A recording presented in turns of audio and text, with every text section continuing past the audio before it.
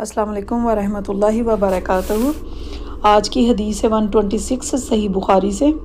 اس حدیث کا عنوان ہے کہ کوئی شخص کسی بہتر کام کو چھوڑ دیتا ہے اس خوف سے کہ کچھ لوگوں کا فہم کم ہوتا ہے، وہ یعنی کہ بات کو سمجھتے نہیں، تو مستحب کام کو پھر چھوڑنا پڑ جاتا ہے کہ کچھ لوگوں کی سمجھ کم ہوتی ہے، تو وہ لوگ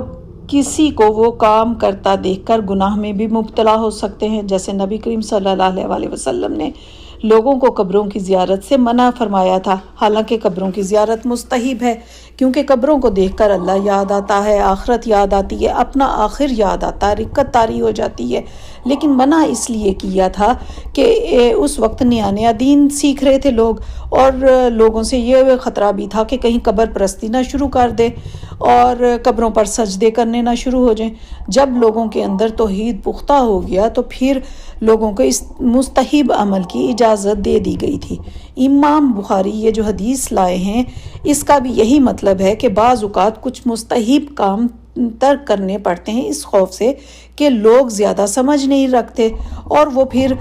مکروہ کاموں میں بھی جا سکتے ہیں۔ یہاں ہم دیکھتے ہیں کہ جو کام ہم شریعت کے مطابق کرتے ہیں ان کی 4 قسمیں ہوتی ہیں۔ نمبر 1، ایک تو واجب جو لازم ہے، فرض ہیں، ان کے چھوڑنے پر گناہ ہے، مثلا نماز، روزہ، زکوٰۃ، حج وغیرہ،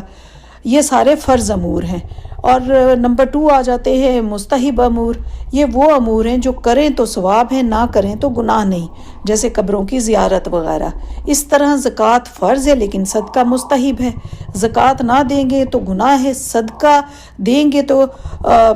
نہ دیں گے تو گناہ نہیں ہوگا لیکن اجر میں اضافہ ہوگا۔ نمبر 3 پہ آ جاتے ہیں مکروہ وہ ہیں جو پسندیدہ نہیں ہیں لیکن اگر مجبوری میں کر لیے جائیں تو گناہ نہیں ہے، جیسے کہ مسجد میں سونا مکروہ ہے لیکن اگر کوئی مجبوری میں مسجد میں سو گیا تو گناہ نہیں ہے۔ اسی طرح روزے میں کلی کر سکتے ہیں لیکن اگر کوئی بار بار کلی کر رہا ہے تو اس سے روزہ مکروہ ہونے کا ڈر ہوتا ہے۔ چوتھا کام مباح ہے، یعنی جس کا کرنا یا نہ کرنا برابر ہوتا ہے۔ اسی طرح مستحب، اب اس حدیث میں یعنی کہ جو ریلیٹڈ ہے ہماری وہ مستحب چیزوں سے ہے، اسی طرح مستحب وہ ہے جو کریں تو ثواب ہے، اگر نہیں کرتے تو گناہ نہیں۔ یہاں اس حدیث میں یہی فرمایا گیا ہے۔ حضرت اسود سے روایت ہے کہ مجھے عبداللہ بن زبیر نے کہا کہ حضرت عائشہ عبداللہ بن زبیر سے بہت سی باتیں کر لیا کرتی تھی۔ حضرت اسود بھی بھانجے تھے حضرت عائشہ کے اور حضرت عبداللہ بن زبیر بھی بھانجے تھے حضرت عائشہ کے۔ اب حضرت عائشہ حضرت عبداللہ بن زبیر کے زیادہ قریب تھے اور ان سے بہت ساری باتیں کر لیا کرتی تھیں جو نبی پاک صلی اللہ علیہ وسلم نے آپ سے کی ہوئی تھی۔ حضرت اسود نے اسی طرح حضرت عبداللہ بن زبیر سے پوچھا کہ کیا حضرت عائشہ نے آپ کو کعبہ کے بارے میں کچھ بتایا ہے؟ تو انہوں نے کہا کہ ہاں، انہوں نے کہا کہ نبی کریم صلی اللہ علیہ وسلم نے فرمایا تھا، اے عائشہ، اگر آپ کی قوم کا زمانہ ابھی تازہ یعنی کہ اگر آپ کی قوم کفر سے تازہ نہ نکلی ہوتی اور ایمان میں ابھی داخل تازہ نہ ہوئی ہوتی تو میں کعبہ کو گرا دیتا اور میں اس کے اندر 2 دروازے بنوا دیتا، ایک وہ دروازہ جس سے لوگ داخل ہوتے اور دوسرا وہ دروازہ جس سے لوگ باہر نکلتے۔ حضرت ابن زبیر نے بعد میں ایسا ہی کر دیا تھا جب ان کا دور آیا۔ یہ حدیث کا پس منظر ہے کہ حضرت عائشہ جب نبی کریم صلی اللہ علیہ وسلم کے ساتھ حج پر گئیں فتح مکہ کے بعد، تو وہ کہتی ہیں کہ میں نے منت مانی ہوئی تھی کہ اگر مکہ فتح ہو گیا تو میں خانہ کعبہ کے اندر جا کر 2 نفل ادا کروں گی۔ حجۃ الوداع کے موقع پر انہوں نے یہ خواہش نبی کریم صلی اللہ علیہ وسلم کو بتائی کہ مجھے کعبہ کے اندر لے جائیں تاکہ میں اپنی یہ منت پوری کر سکوں، تو نبی کریم صلی اللہ علیہ وسلم نے ہاتھ پکڑ کر انہیں حتیم میں لے گئے کہ یہاں پڑھ لو، یہ کعبہ کا ہی حصہ ہے۔ اب آپ کو حتیم کے بارے میں تو پتہ ہوگا کہ یہ کعبہ کا ہی حصہ ہے۔ جب قریش نے کعبہ کو تعمیر کیا تو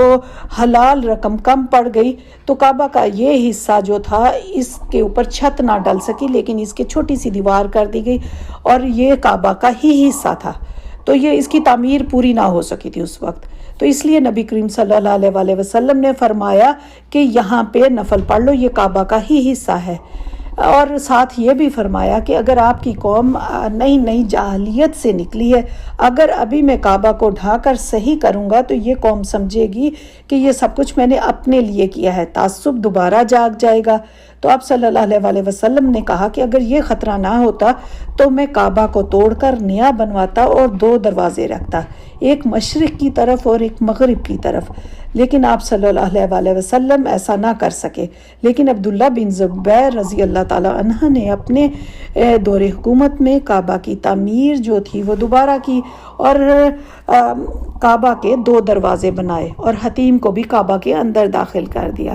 اور کعبہ کا اب جو دروازہ ہے وہ اونچا ہے، لیکن حضرت عبداللہ بن زبیر نے اس کا دروازہ نیچا کر دیا تھا، جیسا کہ حضرت ابراہیم علیہ السلام کے دور میں تھا۔ تو یہ تو آپ لوگوں کو علم ہوگا، کعبہ سب سے پہلے حضرت آدم علیہ السلام نے بنوایا تھا، پھر حضرت ابراہیم علیہ السلام نے بنوایا۔ جب حضرت ابراہیم علیہ السلام کا دور تھا تو اس وقت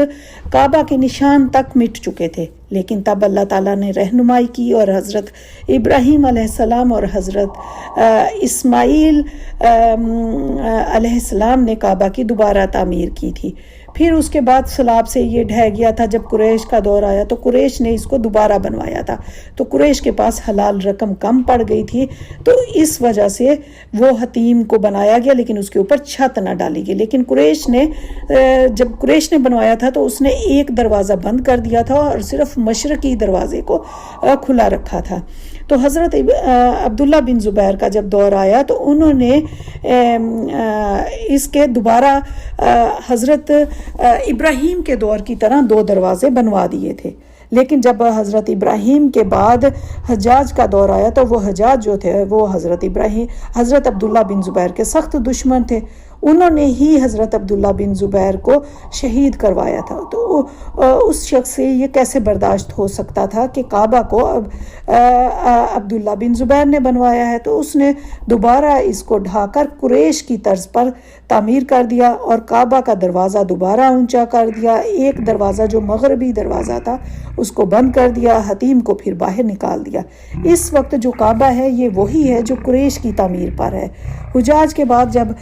ہارون رشید کا زمانہ آیا تو اس نے چاہا کہ دوبارہ اس کعبہ کو حضرت ابراہیم کی طرز پر ہی بنا دے،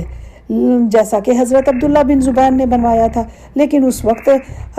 حضرت امام مالک نے منع فرما دیا کہ خدا کے لیے اس کعبہ کو بادشاہوں کا کھیل نہ بنائیں، اس میں کعبہ کی توہین ہے، اس کو اسی طرز پر رہنے دے ورنہ لوگ ایک دوسرے کے مخالف ہو جائیں گے، یعنی کہ ان میں فرقے بن جائیں گے، کوئی چاہے گا کہ قریش کی طرز پر ہے، کوئی چاہے گا کہ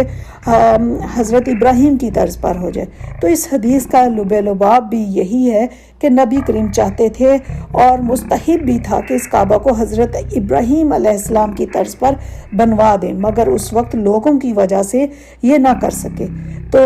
قائدین کے ذمے ہوتا ہے کہ لوگوں کو غلط چیزوں سے بچانے کے لیے بعض دفعہ مستحب چیزوں کو بھی چھوڑنا پڑتا ہے۔ تو یہ اس حدیث کا مفہوم تھا، امید ہے کہ اس حدیث کا مین مفہوم سمجھ آ گیا ہوگا۔ السلام علیکم ورحمۃ اللہ وبرکاتہ۔